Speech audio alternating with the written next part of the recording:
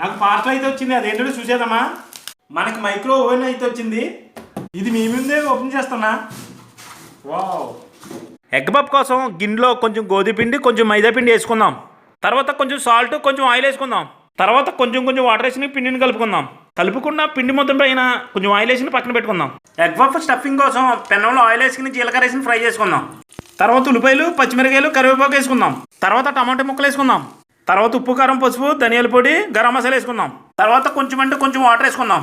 తర్వాత కొత్తిమీర వేసుకుని గ్యాస్ ఆఫ్ చేసుకుందాం. ముందుగా కలుపుకున్న పిండిని ఇలా చపాతీ కింద చేసుకుని కొంచెం ఆయిల్ వేసుకుని ఒకదానిపైన ఒకటి ఇలా పెట్టుకోవాలి. తర్వాత చపాతీలకి వెజ్జీలు కట్ చేసుకుని 4 ముక్కల కింద కట్ చేసుకుందాం. తర్వాత రెడీ చేసుకున్న చపాతీ ముక్కల పైన రెడీ చేసుకున్న కర్రీ పెట్టుకుని ఎగ్ ముక్క పెట్టుకుందాం. తర్వాత ఇలా ఫోల్డ్ చేసుకుందాం. ట్రైకి అయితే ఆయిల్ పాముకుని మనం రెడీ చేసుకున్న ఎగ్ పఫ్స్ అయితే పెట్టుకుని బీట్ చేసుకున్న ఎగ్ని అయితే ఇలా ప్రెస్ చేసుకుందాం. ఇవన్నీ స్టాండ్లో అయితే ఇచ్చాడు. ఇందులో ఎగ్ పఫ్ అయితే కుక్ చేద్దాం. 20 నిమిషాలు అయితే ఎగ్ పఫ్ అయితే రెడీ అయిపోయింది. ఎలా ఉన్నదో తిని చెప్తా. చూడడానికి అయితే చాలా అంటే చాలా బాగున్నాయన్నమాట. ఫస్ట్ టైం అయితే ఎగ్ పఫ్ అయితే రెడీ చేసా. ఇలా వస్తుందని అసలు ఎక్స్పెక్ట్ చేయలేదు. చాలా అంటే చాలా బాగా వచ్చింది.